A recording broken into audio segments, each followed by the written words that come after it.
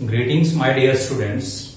Today in our first lecture of chapter number 3, Atoms and Molecules, we will discuss about the laws of chemical combination.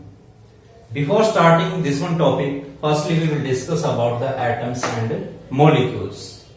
Atoms और molecules के बारे में हम already discuss भी कर चुके हैं, हमारे फर्स्ट चैप्टर के अंदर भी और सेकंड चैप्टर के अंदर भी, दोनों में हम डिस्कस कर चुके हैं. फिर भी हम थोड़ा सा यहाँ पे रिवाइज कर लेते हैं. एटम्स, एक होती है टर्म्स एटम, मैटर होता है, matter, then atom, then element, molecules.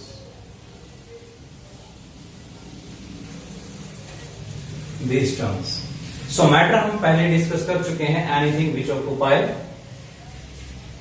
space and having mass and which can be filled by our five sense organ. किसी भी five sense organ के द्वारा जिसको फील किया जा सकता है वो मैटर होते हैं.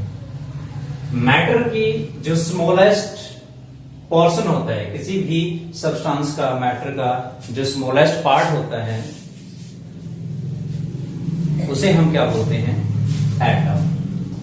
एटम्स के बारे में डिफरेंट थ्योरीज आई कि एटम एक स्मॉलेस्ट पार्टिकल है जिसे और स्मॉलेस्ट पार्टिकल के अंदर ब्रेक डाउन नहीं किया जा सकता, जिसके और ज्यादा छोटे टुकड़े नहीं हो सकते हैं, लेकिन बाद में उसे भी आगे डिकम्पोज किया जा सकता है. वो इलेक्ट्रॉन्स, प्रोटॉन, न्यूट्रॉन के अंदर उसको भी ब्रेकअप किया जा सकता है. यानी कहने का क्या है कि एटम्स एक प्रकार से स्मॉलेस्ट पार्टिकल होता है किसी भी सब्सटेंस का, मैटर का, which can take part in any chemical reaction, और वो अपने इंडिपेंडेंट एग्जिस्टेंस के अंदर हो भी सकता है, नहीं भी हो सकता है. Now element.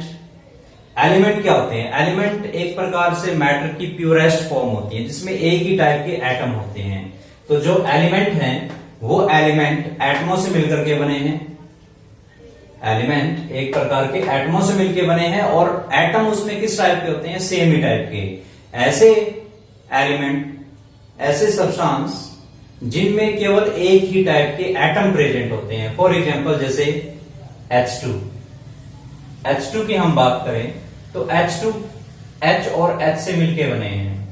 H2 है वो, H2 एक मॉलिक्यूल है, ये एक एलिमेंट का एग्जांपल भी है क्योंकि ये दो सेम टाइप के एटमों से मिलके बना है. अगर कोई भी ऐसा सब्सटेंस जो एक ही टाइप के एटमों से मिलकर के बनता है उसे हम क्या बोलते हैं? एलिमेंट. उसे हम क्या कहेंगे?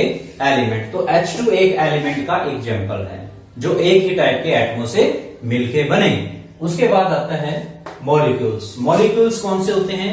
जो टू और मोर देन एटम से मिलकर के बनते हैं वो मॉलिक्यूल होते हैं. तो इट मींस ये दो या दो से ज्यादा एटम से मिलके बना है तो ये मॉलिक्यूल का भी एग्जांपल है.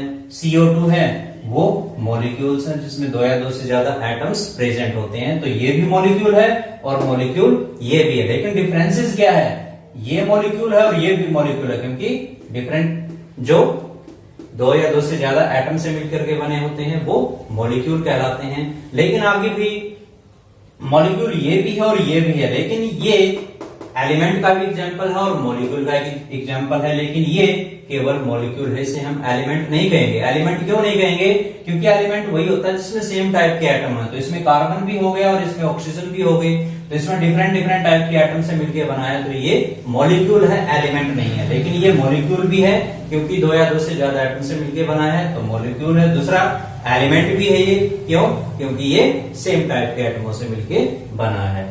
चलिए अब हम ये जो मॉलिक्यूल्स की फॉर्मेशन हुई है, ये मॉलिक्यूल्स कैसे एक दूसरे के साथ अटैच होते हैं, क्लियर, वो कैसे कंबाइन होते हैं, वो कोई न कोई किसी न किसी फोर्सेस के द्वारा होते हैं या कोई न कोई एक प्रकार से बॉन्ड होते हैं, कोई केमिकल रिएक्शन उनके बीच में होती है.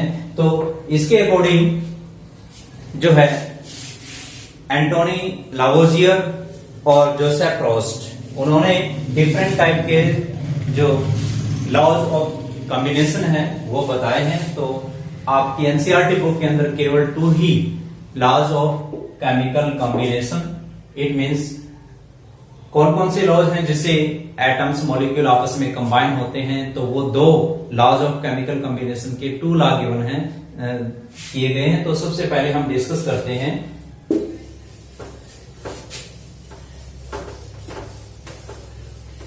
लॉज ऑफ केमिकल कॉम्बिनेशन का जो फर्स्ट लॉ है वो है law of conservation of mass. Law of conservation of mass, ये law of conservation of mass किसने दिया था? एंटोनी लावोजियर ने। किसने दिया था? एंटोनी लावोजियर ने। कब? 1774। तो एंटोनी लावोजियर ने इस लॉ को दिया था।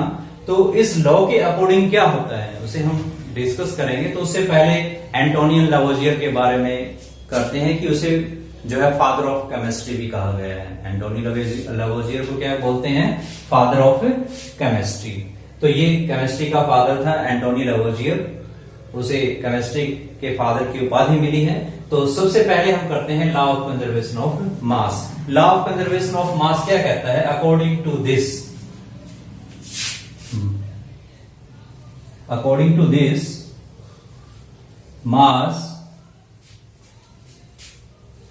mass can not be created, mass cannot be created nor destroyed. Mass can neither be created nor be destroyed in a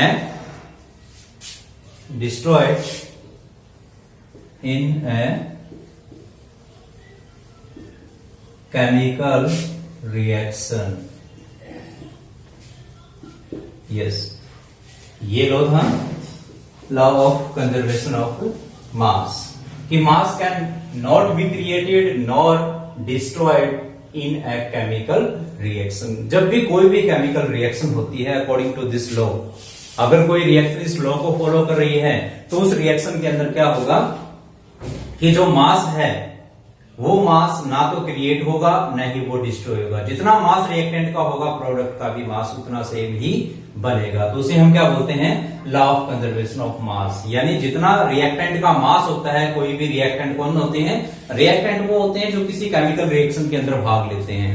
reactant कौन होते हैं? जो किसी केमिकल रिएक्शन के अंदर भाग लेते हैं। तो भाग लेने वाले, उस टेक पार्ट करने वाले उन सब्सटेंसेस को क्या बोलते हैं? जो किसी रिएक्शन के अंदर टेक पार्ट करते हैं उन्हें हम रिएक्टेंट बोलते हैं। तो जो रिएक्टेंट का मास किसी भी केमिकल रिएक्शन के अंदर टेक पार्ट करेगा वो mass same as it is रहेगा, उस मास का लॉस नहीं होगा। यानी किसी भी केमिकल रिएक्शन के अंदर मास can neither create nor be destroyed in a chemical reaction. जैसे एक दूसरे तरीके से अगर इसको अंडरस्टूड करें कि कोई भी दो रिएक्टेंट है, एक 2 ग्राम का है प्लस एक 3 ग्राम का 2 रिएक्टेंट है, जब ये आपस में कंबाइन होते हैं तो सिंगल प्रोडक्ट की फॉर्मेशन होती है। तो उस प्रोडक्ट का मास बताइए यदि वो लॉ ऑफ कंजर्वेशन ऑफ मास को वो रिएक्शन फॉलो कर रही है। तो मास कितना हो जाएगा प्रोडक्ट का? 5 ग्राम। क्या होगा? 5 ग्राम, क्योंकि इन दोनों का सम अप होगा 5 ग्राम। क्लियर? तो यही law of conservation of mass है। Law of conservation of mass यही कहता है कि किसी भी रिएक्शन का जो टोटल मास होगा वो total mass as it is रहेगा। वो ना तो उसको और ज्यादा मास को बढ़ाया जा सकता है ना ही उसको घटाया जा सकता है। It means mass can neither be created nor destroyed in a chemical reaction. Now another examples, yes, जैसे ये एग्जांपल्स हैं यहाँ पे sodium carbonate. When sodium carbonate reacted with hydrochloric acid, then it formed sodium chloride and carbon dioxide. तो statement के अंदर given है कि 4 gram of sodium carbonate when react with 10 gram of hydrochloric acid, then it will form sodium chloride. कितना है वो? 11.5 gram sodium chloride की formation करता है और 2.5 ग्राम कार्बन डाइऑक्साइड की फॉर्मेशन करता है। तो यहां पे बताइए क्या ये statement law of conservation of मास को फॉलो करती है? क्या ये law of conservation of mass के अकॉर्डिंग दिस वन जो है ये राइट है या रॉन्ग है, इसे हमने प्रूव करना है। तो यहां पे इस एरो से पहले रिएक्टेंट की टोटल मास की वैल्यू को कैलकुलेट करेंगे। 4 ग्राम और 10 ग्राम कितना हो गया टोटल? 14 ग्राम। टोटल 14 ग्राम, कितना ये? टोटल 14 ग्राम रिएक्टेंट की वैल्यू होगी। उसके बाद टोटल प्रोडक्ट की वैल्यू हम चेक करते हैं, 11.5 एंड 2.5। तो ये भी कितना हो गया टोटल? 14 ग्राम। जब हमने दोनों की मास की वैल्यू को ऐड किया, टोटल इनकी वैल्यू को ऐड किया, तो ये भी 14 ग्राम हो गया और रिएक्टेंट भी 14 ग्राम है। इट मींस ये law of conservation of mass के according this one reaction is right. और एक अलग तरीके से भी न्यूमेरिकल्स आते हैं।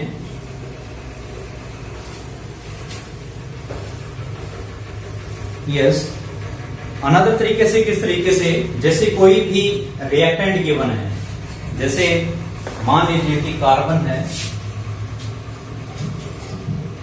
इमेजिन कीजिए कि carbon react with oxygen to form carbon dioxide, carbon dioxide.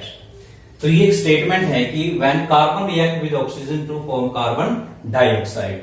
तो यहां पे जो कार्बन डाइऑक्साइड है, कार्बन डाइऑक्साइड की जो वैल्यू है वो गिवन है कि यहां पे 10 ग्राम है। क्या है? 10 ग्राम। कार्बन ऑक्सीजन है, ऑक्सीजन यहां पे मेंशन है कि वो जो है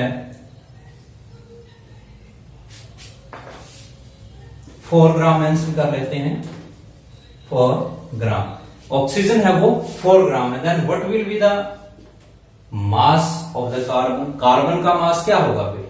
क्योंकि हमें पता है total mass of reactant equal to total mass of product. यहां पे 10 ग्राम कार्बन डाइऑक्साइड प्रोड्यूस होती है, तो इट मींस इन दोनों का सम अप भी 10 आना चाहिए। तो ये 4 है, तो इट मींस यहां पे 10 होने के लिए कार्बन की वैल्यू क्या आएगी?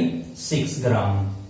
6 ग्राम और 4 ग्राम दोनों कंबाइन करेंगे तब जाकर के 10 ग्राम की वैल्यू होगी, क्योंकि टोटल प्रोडक्ट की वैल्यू 10 ग्राम है तो रिएक्टेंट भी 10 ग्राम होना चाहिए। तो ये लॉ ऑफ कंजर्वेशन ऑफ मास को फॉलो करता है। इस टाइप की अगर कोई एग्जांपल्स आपके सामने आता है, उनमें से किसी न किसी रिएक्टेंट की या प्रोडक्ट की वैल्यू गिवन नहीं है, फॉर एग्जांपल जैसे 6 ग्राम यहाँ पे, 4 ग्राम यहाँ पे है और प्रोडक्ट की वैल्यू नहीं गिवन है और कहा गया है कि ये law of conservation of mass के अकॉर्डिंग बताइए, इस लॉ के अकॉर्डिंग कि ये जो है कार्बन डाइऑक्साइड की जो मास की वैल्यू है वो क्या होगी, तो रिएक्टेंट की टोटल मास की वैल्यू के इक्वल ही प्रोडक्ट की मास की वैल्यू होती है। तो इस तरीके से हम लॉ ऑफ कंजर्वेशन ऑफ मास को जो है पता कर सकते हैं कि किसी भी रिएक्शन के अंदर रिएक्टेंट और प्रोडक्ट की law of conservation of mass किस तरीके से कैलकुलेट किया जाता है। Okay, so up to this first law you will revise.